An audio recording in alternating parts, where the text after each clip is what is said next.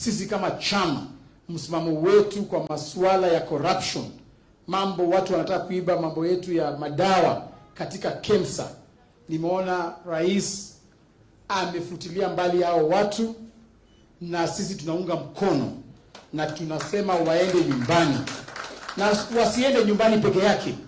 Msiwafute kazi, muache waende wachukue plea katika koti zetu, wahakikishe kwamba they have faced the rule of law. Sisi kama chama, we are not going to harbor any person ambaye anakuwa involved kwa masuala ya corruption.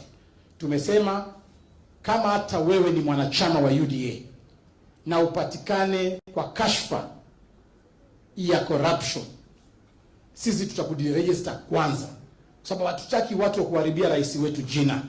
We register you. We want to have a clean house. You know, we were elected on the platform of some major electoral promises to the people. We gave major promises to the hustlers in this country. And let me just thank you, because ukweli ni kwamba you people hit the road running. We have seen your hard work and commitment to the agenda and the plan of the UDA party. We are grateful. We are not ashamed to belong to this party, but we want to continue supporting you, want to continue giving you the necessary political support, ndio tuweze kuwa na chama ambayo itakuwa the party that will rule forever. You know, when party KANU was in power, they used to say we'll rule 100 years. Now may I declare here today that the UDA party will rule 100 years plus. And it is because we want to deliver.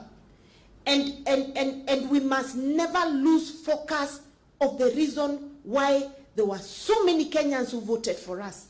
Because they believed in our dream, in our plan. And so we must support the president and the deputy in delivering that plan. Mrs. Otieno also, who is going to be joining the party today. Karibu.